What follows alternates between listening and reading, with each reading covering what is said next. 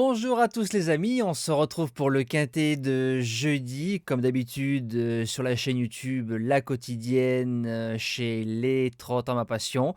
Alors chaque jour je vais donner un petit message concernant l'avancée du problème en cours, donc pour l'instant pas de retour. J'ai refait plusieurs messages avec les vidéos en spécifiant vos commentaires, vos likes, tout ça, donc ça va je pense aider grandement à la résolution du problème en espérant que ça se fasse vite.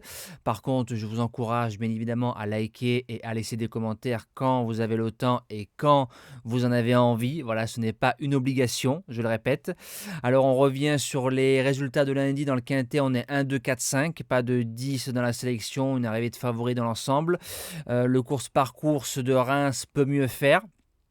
Voilà, on a quand même des couplets gagnants, des CP, des 2 sur 4. On fait un 3 sur 4 maintenant vu que je compte tous les jeux simples fixes car le journal des trotteurs est maintenant au niveau 3. Donc j'ai eu beaucoup de retours positifs sur la nouvelle version, donc très heureux pour les membres. Repéré numéro 1 placé, repéré 2 qui s'impose et jeu bonus qui s'impose. C'est des J à reprendre, je pense, soit du côté d'Argentan ou soit du côté de Vincennes. Alors, présentation du prix de l'opération Overlord. On est sur un 1900 mètres PSF 16 partants. La corde peut jouer, mais bon, on a vu que l'année dernière, Koshenko avait fait l'arrivée de cette course-là deuxième avec la corde numéro 16. Voilà.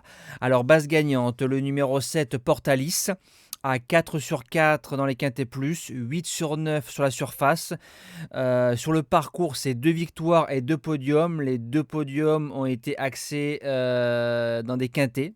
Donc ça c'est bien, il coche toutes les cases, bonne corde, Tony Picon, il mériterait de l'emporter au vu de sa régularité. L'opposition, une découverte, le numéro 6 Marvanco, ce sera son premier quintet plus et son premier handicap, il est en 38 de valeur, il fait entre 1800 mètres et 2200 mètres.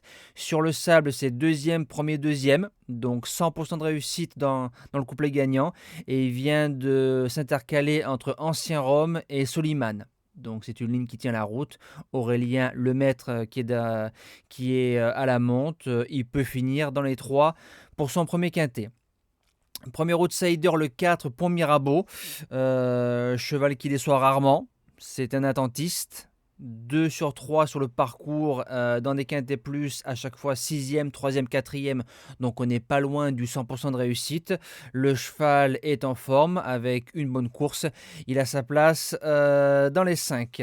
Deuxième outsider, le numéro 1, Surti, fait entre 1900 mètres et 2700 mètres, 9 sur 13 sur la surface, donc ça lui fait un pourcentage de réussite de 65 ou 70%, donc c'est pas mal. La seule sortie sur le parcours, c'est une victoire, a fait 3e de quintet plus la première fois et la deuxième fois 7e avec un mauvais parcours. Soumillon qui lui réitère sa confiance, je le rachète sans problème. Pour les chances, on commence avec le numéro 2 Koshenko. Le cheval est supplémenté, 1900 mètres PSF Deauville, c'est toute sa vie, vient de regagner en force, et il faut se rappeler, comme je l'ai intitulé en début de vidéo, il est deuxième de cette épreuve en 41 de valeur, là il est en 40,5 avec la corde 16. C'est un peu mieux cette saison, il a la corde 14. En 6e position, le numéro 16, Combermer, le bottom weight alors a couru 3 quintets l'été précédent, 2e, 4e, 6e, pas loin, on est pas loin des 100% de réussite. Belle réussite sur le sable depuis 3 courses. Vient de mettre 2 longueurs à Manet, qui vient de faire deuxième récemment d'un quintet plus, et on met 2 Mureaux. 2 Mureaux avec un tout petit poids, c'est dangereux. 7e position, le numéro 13, Eagle Hawk, a couru 2 quintets, 10e et 12e, mais quand on voit ses courses, c'est meilleur qu'il n'y paraît, surtout la deuxième. C'est un cheval fin novembre, a fini à côté de Chanakil. Chanakil, c'est la ligne gagnante avec Combermer. Je garde Combermer, je suis obligé de garder Eagle Hawk. Et je termine avec le numéro 11, Central Park Ouest, supplémenté aussi quatrième d'un quintet similaire, le 22 décembre, sur ce parcours-là. Alors quand on voit la ligne, hein, c'est le jour de Saint-Hélier en base gagnante à 35 € ou 37 €. Les chevaux devant et les chevaux derrière, certains ont répété derrière dans des tiercés, donc c'est pas mal.